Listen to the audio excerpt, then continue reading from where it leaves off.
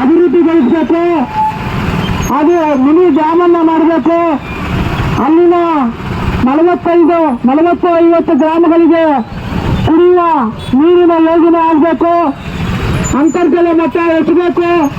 ಗೌರಿಬಿದ್ದರು ಕಟ್ಟಡಕ್ಕೆ ಕುಡಿಯುವ ನೀರಿನ ಶಾಶ್ವತ ಒಂದು ಮಾಡಿಕೊಡ್ಬೇಕು ಅನ್ನೋ ನಿಟ್ಟಿನಲ್ಲಿ ಇವತ್ತು ಈ ಹೋರಾಟವನ್ನು ಹಮ್ಮಿಕೊಂಡಿದ್ದೀವಿ.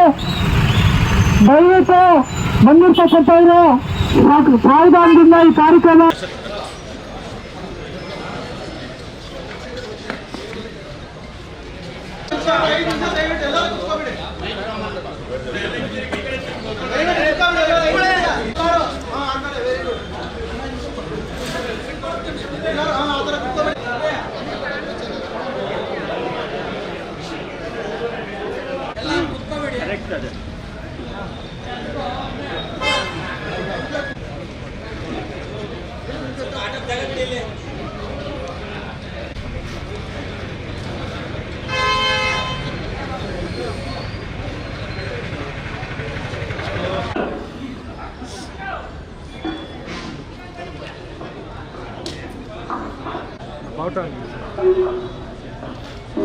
ಕೆಳಗಡೆ ಇಟ್ಕೊಳಕ್ಕೆ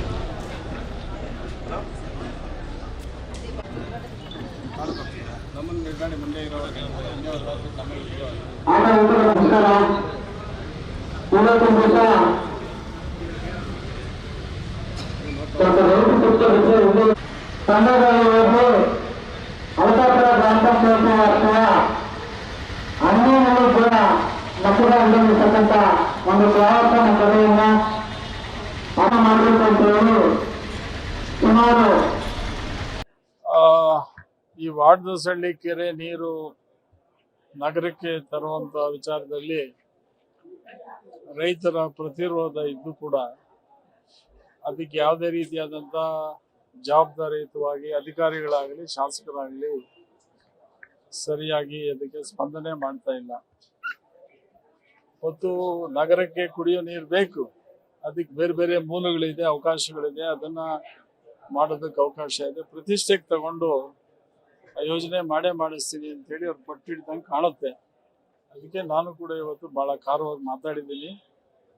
ನೀವು ಅಧಿಕಾರಿಗಳನ್ನ ಕರೆದು ಮಂತ್ರಿಗಳು ಬರಲಿ, ಜಿಲ್ಲಾ ಮಂತ್ರಿಗಳು ಬರಲಿ, ಸಂಬಂಧಪಟ್ಟ ಮಂತ್ರಿಗಳಲ್ಲಿ ಸಭೆ ಮಾಡಿ ರೈತ ಸಂಘ ಮುಖಂಡರನ್ನ, ರೈತರನ್ನ, ಕೆರೆ ಅಚ್ಚುಕಟ್ಟುದಾರರ ಸದಸ್ಯರನ್ನ ಕರೆದು ಮಾತಾಡಿ ಮತ್ತು ಯಾವುದು ಕದ್ದು ಮುಚ್ಚಿ ಮಾಡೋ ಅಂಥದ್ದು ಏನಿಲ್ಲ ಹಾಗಾಗಿ ಅಂತೇಳಿ ಒತ್ತಾಯ ಮಾಡಿದ್ದೀವಿ ಈಗ. ಮತ್ತು ಇದಕ್ಕೆ ಆಲ್ಟರ್ನೇಟ್ ಆಗಿ ಇಲ್ಲಿ ದ್ಯಾವಪ್ಪನ ಕೆರೆ ಕಟ್ಟೋದು ನಾನು ನೋಡಿದ್ದೀನಿ, ನಾನು ಹಿಂದೆ ಎಲ್ಲ ನೋಡಿದ್ದೀನಿ, ಪಾಸಿಬಿಲಿಟಿ ಇದೆ. ಸೊ ಅದನ್ನು ಮಾಡೋದಕ್ಕೆ ಸಾಧ್ಯತಾ ವರದಿಯನ್ನು, ಫೀಸಿಬಿಲಿಟಿ ರಿಪೋರ್ಟನ್ನು ಮಾಡಿಸೋದಕ್ಕೆ ಕೂಡಲೇ ನನ್ನ ಮಂತ್ರಿಗಳಿಗೆ ಅವ್ರ ಜೊತೆಲಿ ಕರ್ಕೊಂಡೋಗಿ ಒಂದು ಆದೇಶ ಮಾಡಿಸಿ ಒಂದು ಟೀಮು ಈಗಾಗಲೇ ನೋಡ್ಕೊಂಡು ಹೋಗಿದ್ದಾರೆ.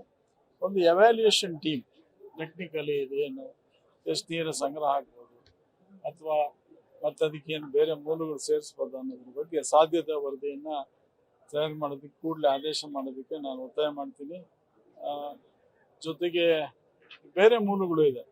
ಇವತ್ತು ನಾವು HN ವ್ಯಾಲಿನಲ್ಲಿ ಕೂಡ 3ನೇ ಹಂತದ ಶುದ್ಧೀಕರಣ ಮಾಡಿ, ಇವತ್ತು ನಮಗೆ ಕಿಂಡಿ ಅಣೆಕಟ್ಟು ಬರ್ತಾ ಇದೆ ನೀರು, ಅದನ್ನು 3ನೇ ಹಂತದ ಶುದ್ಧೀಕರಣ ಮಾಡಿ ಜಾಕ್ ವೆಲ್ಗೆ ನಾವು ನೀರು ಪಂಪ್ ಮಾಡಿ ಕೊಟ್ಟರೆ ಅದು ಕೂಡ ನೀರು ಪೂರೈಸೋದಕ್ಕೆ ಅವಕಾಶ ಇದೆ. ಮತ್ತು ಎತ್ತಿನೊಡೆದು ಈಗಾಗಲೇ ಸುತ್ತಲೂ ಕಲ್ಲುಡಿ ಅಥವಾ ನಮ್ಮ ಒಡಗನಾಪುರ ಕೆರೆಗಳಿಗೆ ತುಂಬಿಸ್ಕೊಂಡು ಅಲ್ಲಿಂದ ಪಂಪ್ ಮಾಡೋಕ್ಕೆ ಅವಕಾಶ ಇದೆ. ನಗರಕ್ಕೆ ಬೇಕಾದಷ್ಟು ನೀರು ತರುವಂಥ ದಾರಿಗಳಿದೆ, ಕಡಿಮೆ ಖರ್ಚಲ್ಲೇ ಮಾಡೋದು. ಈ ದ್ಯಾವಪ್ಪನ ಕೆರೆ 15 ಕೋಟಿ ಸಾಕು.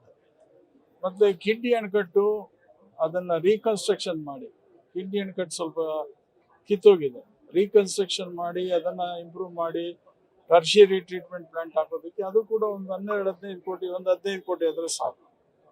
2 ಯೋಜನೆಗಳು ಕೂಡ ಒಂದು 30 ಕೋಟಿಯಲ್ಲಿ ನಗರಕ್ಕೆ ಬೇಕಾದಷ್ಟು ನೀರು ತರುವಂಥ ಅವಕಾಶಗಳಿದೆ. ಸೊ ಅದರಿಂದ ಇದನ್ನು ಕೈ ಬಿಡಬೇಕು. ರೈತರ ಹಿತದೃಷ್ಟಿಯಿಂದ 106 ವರ್ಷಗಳಿಂದ ಇಲ್ಲೇ ಕಟ್ಟಿರೋದು ಸುಮಾರು 3,000 ಎಕರೆ ಅಲ್ಲಿ ಅಚ್ಚುಕಟ್ಟು. ಅದೊಂದೇ ಅಲ್ಲ, ಅದ್ರ ಕೆಳಗಡೆ ಮಣಿವಾಲದ ಕೆರೆ, ಮುದ್ದೋಡು ಕೆರೆ, ಜೀಲಾಕುಂಟೆ ಕೆರೆ, ಇಷ್ಟು ಕೆರೆಗಳು, ಇನ್ನು ಕೆಳಗಡೆ ಆಂಧ್ರ ಮಾನೆಕ್ಕನಹಳ್ಳಿ ಕೆರೆ ಕೂಡ ಹೋಗುತ್ತೆ. ಸೊ ಆ ಎಲ್ಲ ರೈತರಿಗೂ ಕೂಡ ನಾವು ಹೊಟ್ಟೆ ಮೇಲೆ ಬಡ್ದಂಗೆ ಆಗುತ್ತೆ. ಸೊ ಇದನ್ನ ಕೈ ಬಿಡಬೇಕು ಅಂತ ನನ್ನ ಒತ್ತಾಯ. ಸರ್, ಈಗ ಶಾಸಕರು ಯಾಕೆ ಈ